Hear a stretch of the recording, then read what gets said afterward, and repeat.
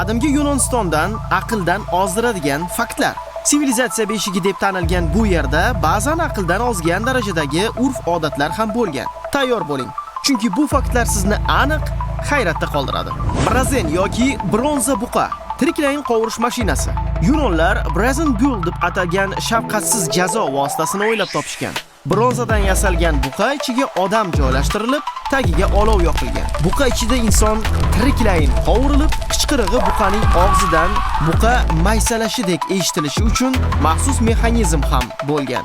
Gimnaziya, yalang'och mashq qilish maktabi. Gimnaziya so'zi yunoncha gymnas, yalang'och degan ma'noni anglatadi. Bu joylarda erkaklar to'liq yalang'och holda sport bilan shug'ullanishgan. Bu ular uchun shunchaki sport emas, balki estetikaga sig'inish bo'lgan. Santa Claus aslida Yunon bo'lgan. Ha, to'ppa-to'g'ri eshitdingiz. Santa Claus sifatida tanilgan Avliyo Nikolay aslida qadimgi Yunonistonda yashagan yepiskop bo'lgan. U bolalarni yomon holatlardan qutqarish, hatto o'ldirilgan yoshlarni tiriltirish mo'jizalari bilan mashhur edi.